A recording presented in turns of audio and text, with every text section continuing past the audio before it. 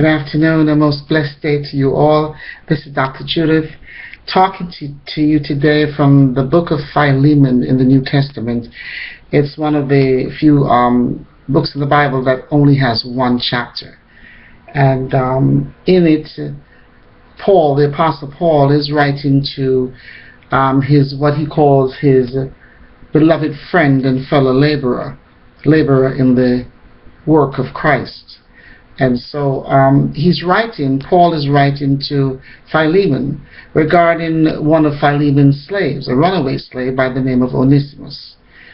Onesimus is now in the presence of the company of Paul, and Paul is, before sending him back to Philemon, before just simply returning him to really his slave owner, Paul is taking the opportunity to write to Philemon to perhaps just work out some kind of arrangement where Onesimus will be treated differently when he returns, and certainly perhaps so that Onesimus will not have to pay a stringent price for having ran away. So Paul is writing, and what really fascinates me with this story about everything about the Apostle Paul fascinates me, but the way he writes on behalf of Onesimus is with compassion, it's with care, it's with definitely concern for what will happen to him once he returns to Philemon. And so Paul is not just saying, well, here's a runaway slave, I'm going to send him back, and whatever happens. He's doing what he does much through the New Testament. He's showing care and compassion and care, especially for younger men like Timothy, and now to a large degree he's putting that same focus on Onesimus. And it makes me just think of Paul as being a man of justice and a man of care and concern, that he could easily have said, well, listen, this is not a learned scholar, this is not someone that has any great connections with anyone. He simply saw him, I believe, as a human being, and he wanted to do what was best for him, while not usurping the power of Philemon, not disrespecting the fact that at that time anyway, it was the rule to say, so to speak, that Onesimus belonged to Philemon, and Paul was showing respect for that relationship, but at the same time he was pleading to Philemon to treat him in a very, I would say, a very kind and compassionate way. And so Paul, in verse 17 of the only chapter, Philemon, writes this to Philemon. He says, if then you count me as a partner, receive him, Onesimus, as you would me. Paul is putting himself in the place of Onesimus. Remember, Onesimus is a slave, but Paul is saying, if then you count me as a partner, if you count me as a fellow worker, if you count me as a brother in the cause, then would you receive him as you would me? And then he says, but if he has wronged you or owes you anything, put that on my account. Now let me tell you something. On that line alone, I could go into a whole long explanation or dissertation about that one line, what it means to me as an individual.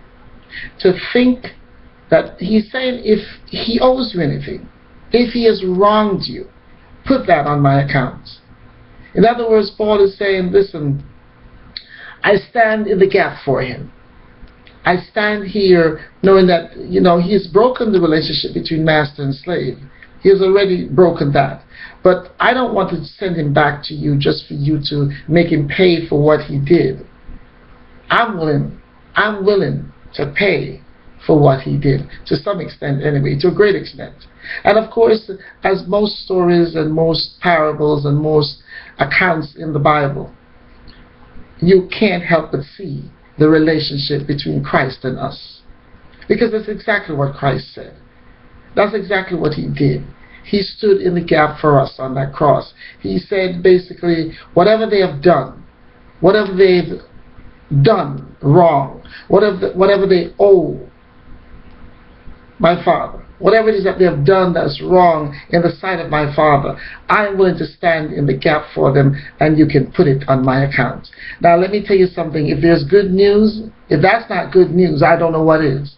Because it brings me back to the cross. It brings me back as an individual, as a lover of Christ, to that place where I recognize and accept that He accepted me. He did what He had to do for me. He basically said, whatever Judith did wrong, whatever Judith owes you, Father, I am willing to stand in the gap for her. I'm willing to die on the cross for her. I'm willing to suffer for her. What good news. What awesome news. And, you know, we can read so many different accounts in the Bible. If you read the prodigal son, you know, when he left home and he returned, his father was waiting for him. So much like what God does for us. We go and we are even rude and tell him we want to leave. We want to go and give me what you have for me. I'm leaving. And yet when we come back, that love, that compassion says, I'll take you back in. As a matter of fact, I'm looking for you. I'm looking for you while you're gone. Every day I stand looking for my child to return. And I'm going to take it on my account. And that's what this story of Philemon and Onesimus the slave reminds me of, is that Paul, this awesome man who he was a persecutor of Christians.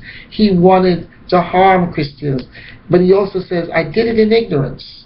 He behaved out of ignorance. But once he got the story straight, once he recognized, once the scales were removed from his eyes, we now see him willing to be in a Christ-like position where he's saying, listen, put it on my account. Apply it to me. I'll take the whippings for him. I'll take the stripes for him. But he did in ignorance. And Paul further says in Philemon that perhaps such a thing had to happen, so that Onesimus could meet with him and come to his own knowledge of God. Because God does work things like that, and He'll make a whole world change, and He'll twist a whole community around, and He'll twist a whole church around, and a whole company, a whole family, to get one person saved. And so Paul, like I said, for me the story is simple. Just like what Christ did for me. Paul said, I will take it on my account. So when I send him back, you won't have to put that charge on him, because the charge will be on me. That's what Jesus Christ did for me. What about you? Are you grateful for what He did so willingly?